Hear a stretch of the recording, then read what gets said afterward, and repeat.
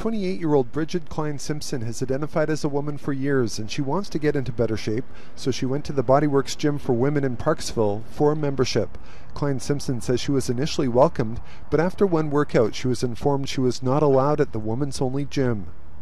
Saying, sorry, we made a mistake, you're not actually allowed to be here, but you're more than welcome to use the co-ed facility. And I kind of just hung up, because I was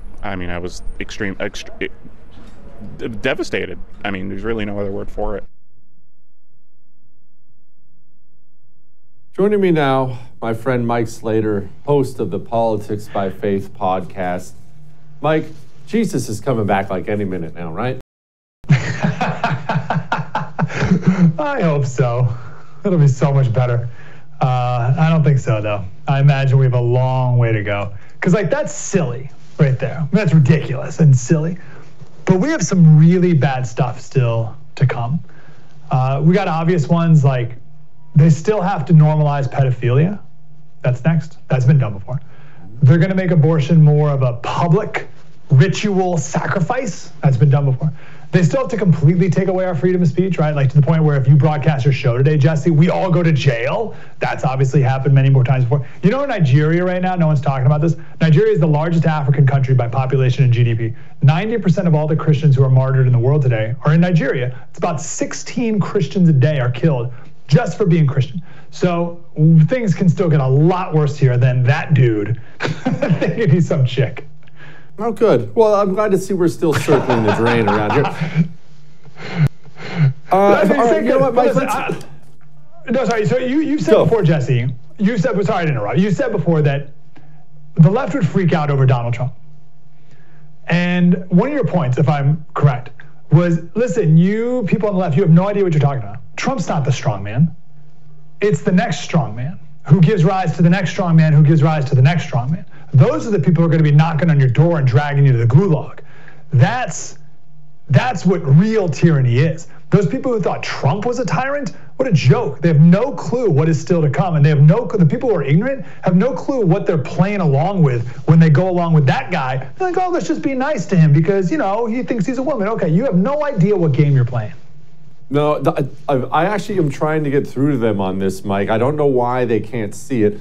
The history of the world says it's true. Society will seek a balance. And if they can't find a balance through normal, traditional means, they will find means that are non-traditional. There are too many people in this country who don't want to live, work, and worship around that. And they'll simply choose whatever or whoever will get them away from it. One of the most wicked expressions that people accept to be true is the ends justify the means. It just rolls off the tongue and everyone can just say it and don't even think about it. No, that's not true. You cannot achieve moral ends through immoral means. I believe that's accurate. But they'll justify anything they got to do, they'll justify and find a way to do it. I just read they had a Twitter hearing the other day, and one of the Twitter people gets up there and says, we had to protect freedom of speech because you can't yell fire in a crowded theater. Bullcrap. Of course you can't, especially if there's a fire. These people are just wrong. That's an inaccurate statement. Of course you can do that. You must do that, and we don't have to go over the whole history of that expression. But these people have no idea what's coming, and it's going to smack them in the face. It'll be too late.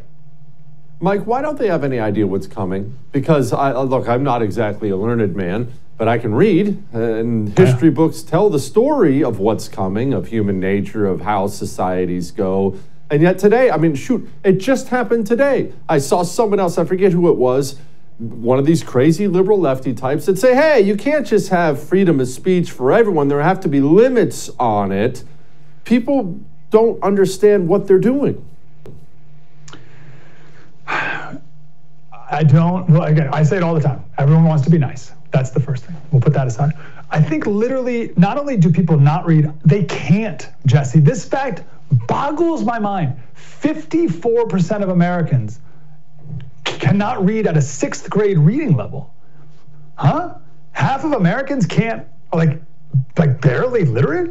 So you have that, and then beyond that, people aren't going to go out of their way and read history because it's hard. And the problem with it is when you read history, you're supposed to read, you're the bad guy. And no one wants to do that. So you're telling me first I have to be able to read, which few people even can. Then I have to read things that are hard to listen to, hard to read about, right? Like, you got to read about like the Holocaust and stuff. Ugh, that's pretty dark. I'd rather just be nice and watch a Netflix show. It's way easier. And then I have to read about the Holocaust and think that I'd be the prison guard? I'd be the guy in the gas chamber? I'm not going to do any of that stuff. Forget that. And it's our education system, right? You know, the Philadelphia School District, they're letting the kids stay an hour, or they're starting Monday 2 hours later because of the Super Bowl, right? So I was like, I wonder how the Philadelphia School District is doing these days. 17% of their fourth graders can read. 17%. You think they're going to know about our history? They're going to learn about our history? Of course not. It is one of the cliche of all cliches, but it is true. If you don't learn your history, you're doomed to repeat it. Support the First TV today and get instant access to exclusive specials like Who is Ron DeSantis, The History of FBI Scandals, and America's Worst Presidents. Visit thefirsttv.com/support or download the First TV app to become a supporter and start watching today.